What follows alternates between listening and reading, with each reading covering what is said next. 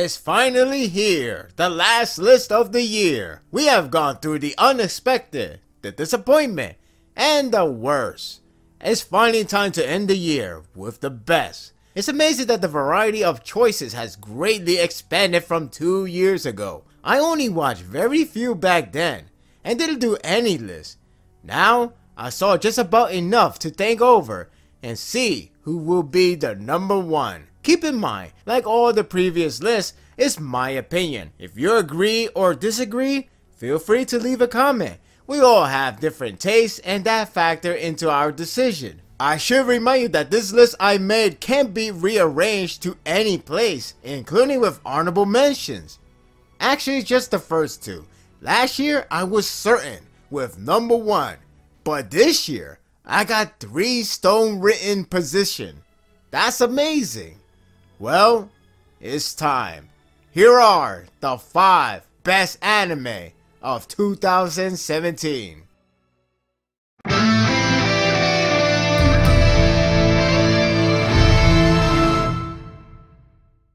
I remember the first season leave me feeling good, but not exactly the sensation that I had in mind when this was announced. Season 2 is where it's at, and it's better late than never.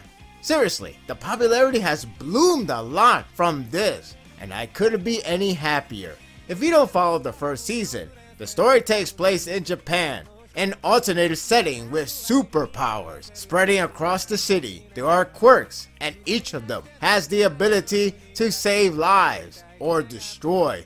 A nerdy student, Midoriya, is unfortunate to born quirkless and won't able to live with a dream to be a hero. Stumble upon his favorite hero, All Might, with his secret out in the open. The two exchanges a student-teacher bond. The boy is granted with a quirk of his hero and will have to grow strong, not just a hero, but the symbol of hope. Season 1 was a good anime, but it didn't impress so much to be in my list, let alone honorable mention. It's not wrong really. Heck, I even own the Blu-ray copy. As a manga reader, I was hoping the anime were to get to the real deal moment. With season 2, not only it uncovered the best materials it has to offer so far, but the overall direction is superior to the past in nearly every way. When it comes to the source materials, it's when the series begins to soar with its diverse cast from across the schools as well as their creative abilities. While season 1 shows a little from the UA students, season 2 is where it showcases them as interesting and fun characters. Other characters that already got shine get even more here, and it can get emotionally connected. The sports festival arc is arguably the best arc for fans and newcomers to grow interest, if not even more. It may have the formula of a shonen with its battle tournament and such. It doesn't take away on how very entertaining they are. Even without the battle, the other criteria such as racing or capture the flag-esque can be pretty amusing. Who knew that the protagonist's plan to win the race can be so exhilarated? But when he pulls through, it's satisfying. The battle tournament section is diverse and engaging. Of course, I have to comment on the Showstopper episode, though I won't spoil it here just in case if you haven't watched it yet. That single episode is what made the audience into a fan and fan into a devoted fan. Not only the content is well paced, well animated, and solid storytelling behind one round, but there is a strong energy behind their motivation, passions, and determination. This is from their original source, and every ounce of it delivered in even greater scope. This brings me to the presentation because they had to be complimented. This series shows how crucial it is to have a proper animation studio with time and money. Retracting everything I finished saying, they are well presented in the top form. Hell, even more so than the manga in some regards. Episodes like the one I mentioned is helped by exquisite direction. Wherever there is a great moment, Bone Studio acknowledge it and animated in the best possible form. With great content and superb animation, it can deliver a hell of a package. The soundtrack is great as well and complements the mood and setting all too well. The voice work is pretty solid with a lot of energy and emotion put into the work to the fullest. It's clear that this season is where the studio put 120% effort. The best part is the season actually gone for 2 cour, making you appreciate the season longer rather than one off. It gives you the strong aspect and then it presents you with other materials including an antagonist. It's a perfect way to set up the newcomers to see what they can expect from the show. It has really fun action that not only involves fighting but with intellect. It has diverse and fun characters that you will want to see more. The content has plenty to look forward to, whatever is fun school activity or dangerous mission. The presentation is stellar throughout the series and it ends on a good note for what to expect in the next season. The point is, the anime is a lot of fun. It's simple, yet it's fine to be. Season 1 was enjoyable, but this one is plus ultra.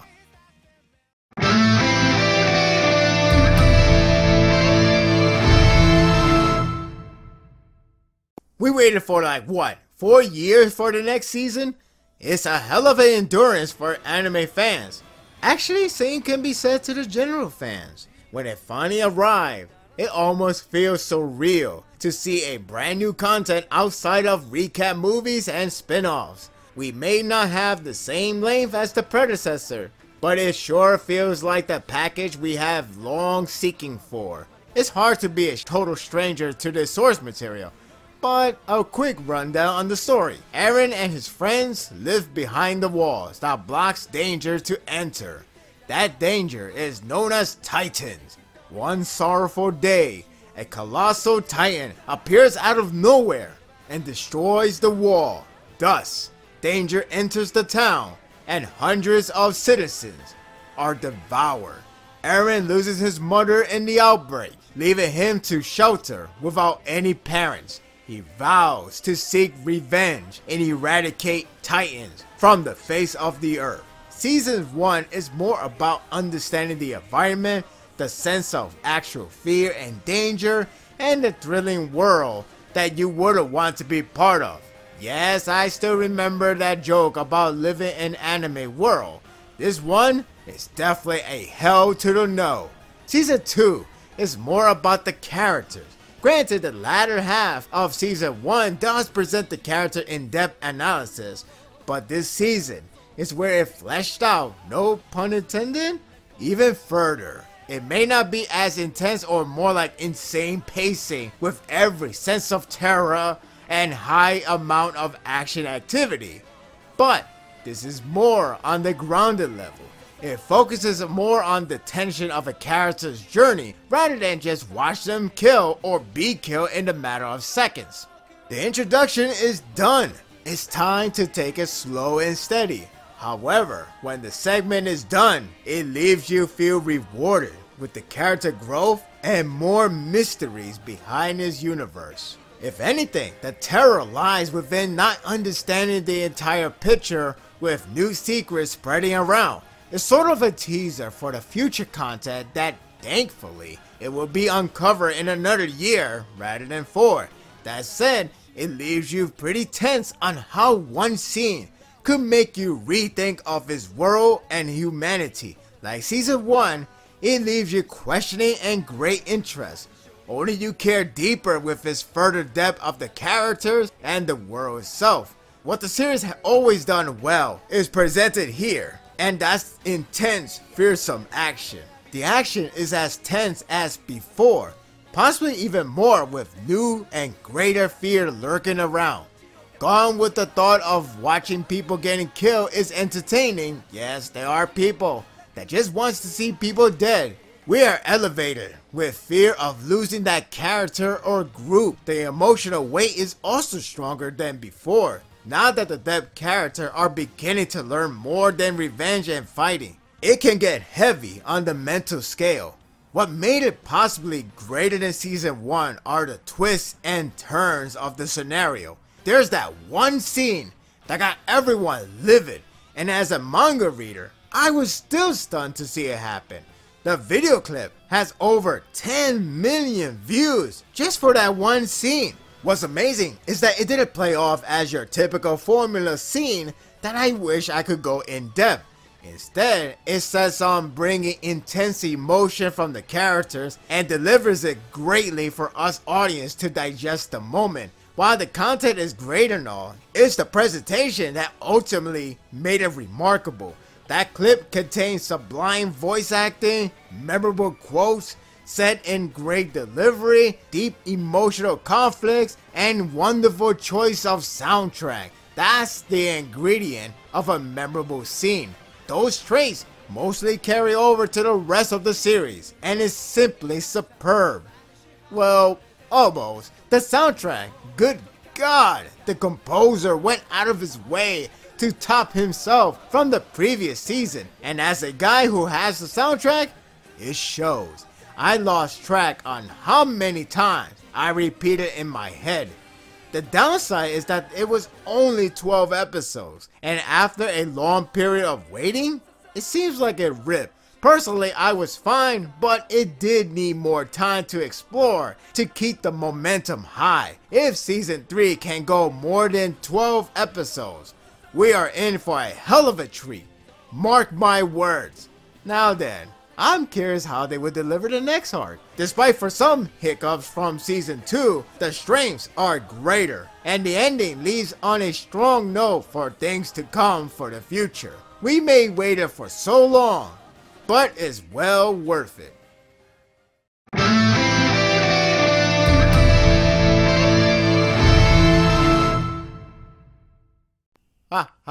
Yes! This series rules! I seriously wish that I can go in depth with spoilers and all, but I won't do it here.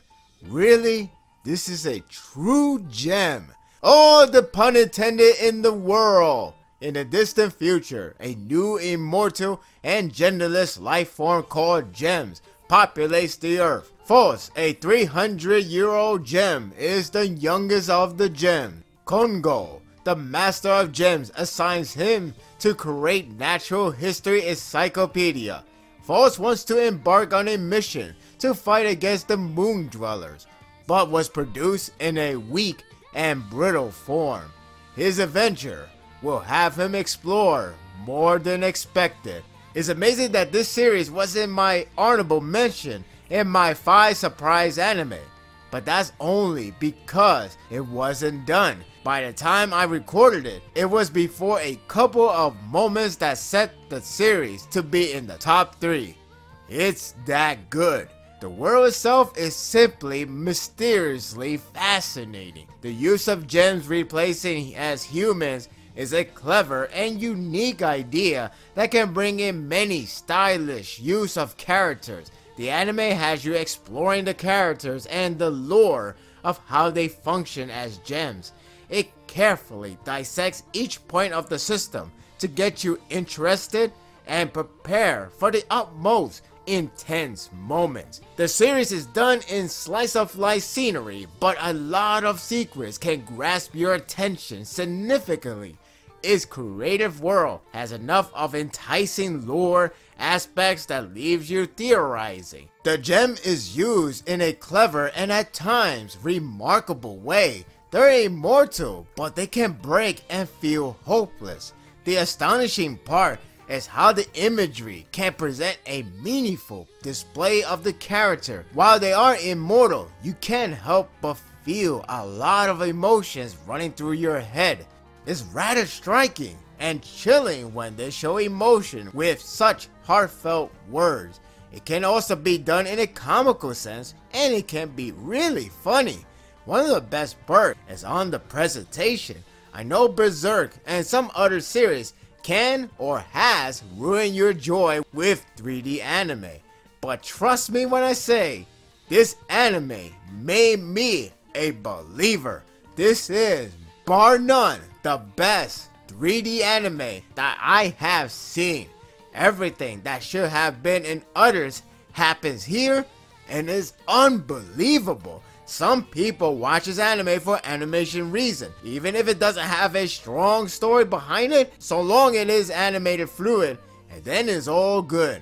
While I don't mind that, this anime gives me the one that I love the most from presentation. Right before I debated about the series placement, this one episode got me blown away. I won't spoil, but my god, you have to see it.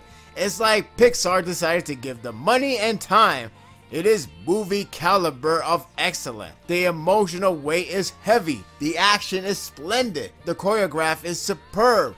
And it's done in one shot. One shot! I don't need the animation to be just fluid. I need presentation to make me feel.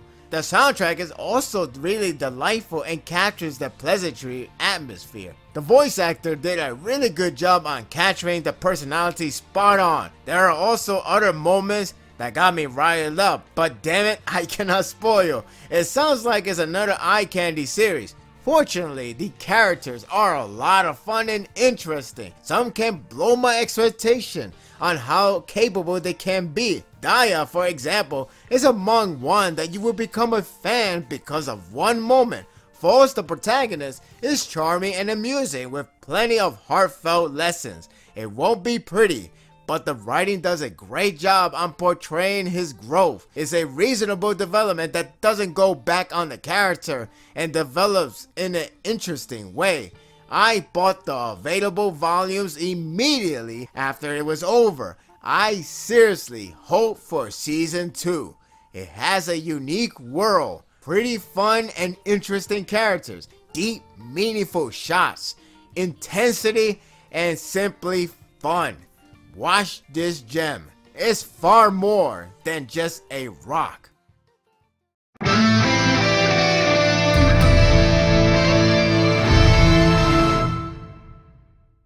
I covered just about enough to explain without spoiling in my 5 surprise anime list. But yes, this earns the place of number 2.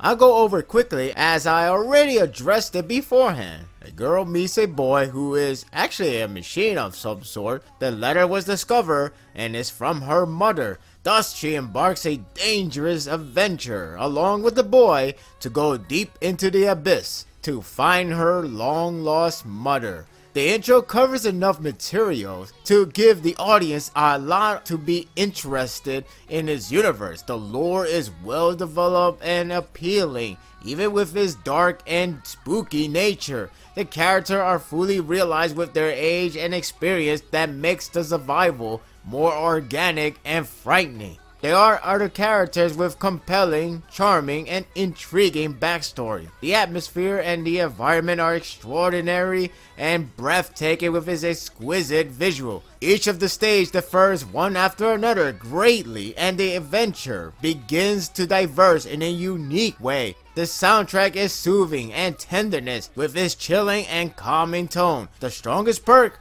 is the journey. The characters will go through harsh and dangerous environment. They will embark true fear that even got me chills and cringe, begging to end the madness. The series gets better with each episode, and with a great build up from the start, the shocking moment will hit you severely. The ending is swell and wonderful. It leaves you wanting so much more. Fortunately, it has garnered season 2, so it won't be long to see how these brave kids will endure and hopefully reach to their destination. If you want more in-depth details, check out my 5 surprise anime as it is placed as number 1. I'll leave a link in the description. Watch it and enjoy the journey.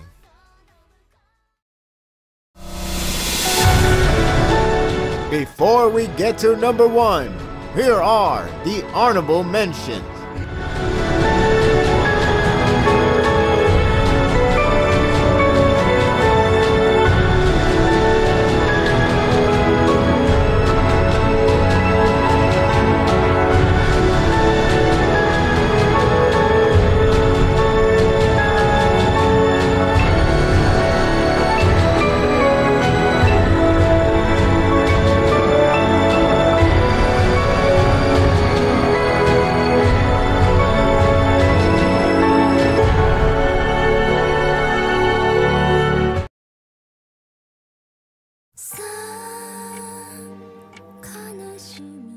I have to admit, I wasn't expecting a couple of animes to challenge my number one choice, but whenever I think back on this anime, I immediately remember why it is my number one. Last year, Season 1 won my choice of the year. This year, it's the same ordeal. But what can I say? It's simply wonderful.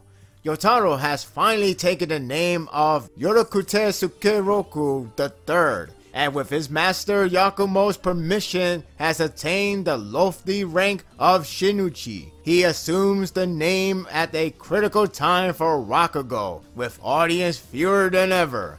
He also has started to be a husband to Konasu, who is now a mother. He begins the struggle to fill the role of Tsukeroku, both as the future of Rakugo and as a part of Yakumo's and Konasu's lives. Honestly, I thought this season won't be as good as the first one. The first one has strong characterization, deep narrative, and a really sincere story from Yakumo. Not to mention, flashback usually is the easy way to appeal the audience with its storytelling of broken dreams. The present time and going forward is a hard challenge to maintain the greatness. My goodness, it has done so. In fact, it surpasses it. It's rare that the next and final season to be able to triumph over a very solid season. So I was blown away with beautiful delivery. It's funny how the first episode begins with a different tone that got me concerned with this comical reaction that you usually see from fun anime. Not in this supposed serious drama. However, it's done in a well-timed moment that doesn't disturb the atmosphere. The season is lighter yet maintains the dark and cold atmosphere when it truly needs to be. It's a great mix of feeling joy and sadness. The story doesn't sugarcoat the idea of making Rakugo fun. It's not about one man saving Rakugo like a hero. It's about entering the next generation and accepting for what it has become. This connects very well to the characters. Yotaro gets a lot of focus here, and it's pretty charming to see how he has to deal with the new lifestyle. He's such a likable guy that you continuously root for him to get the job done. It's also worth noting that his relationship with Konasu is delighting. While we don't see how they get together, it's their relationship as husband and wife that brings out the charm and beauty between the two. It's a romance couple that I can get behind. Also, the kid is adorable. The characters continue to be among the best part of the series. They're well developed and grounded. Konasu has social problem in the first season, but this season shed a light and doesn't give the vibe of a despicable person. It's more on the relator factor that draws you in. Other characters are delight, even the new ones that should be disliked, but when you hear more about them, it's believable. No doubt, Yakumo is the show stealer and is the one character that endures the hardship of reality change and deep regrets of the past.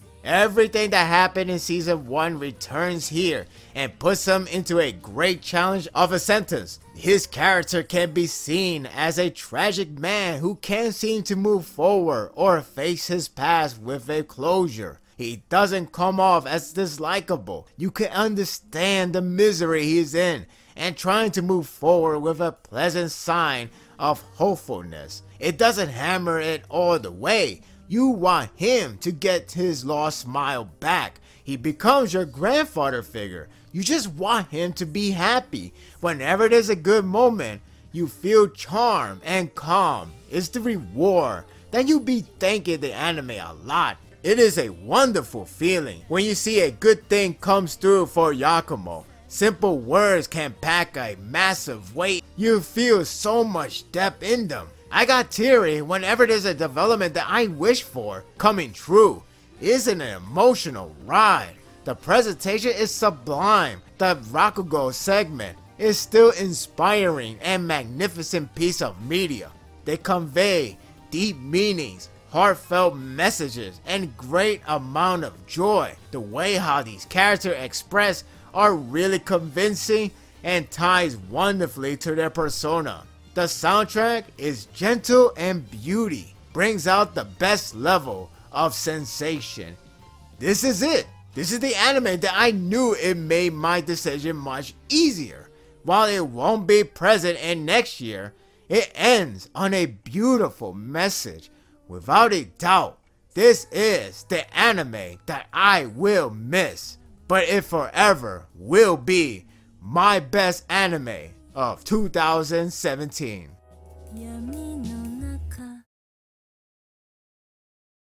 And we have reached to the end. I hope you all enjoyed this one. If you like this and want more of this, subscribe to my channel and my world will be yours to stay.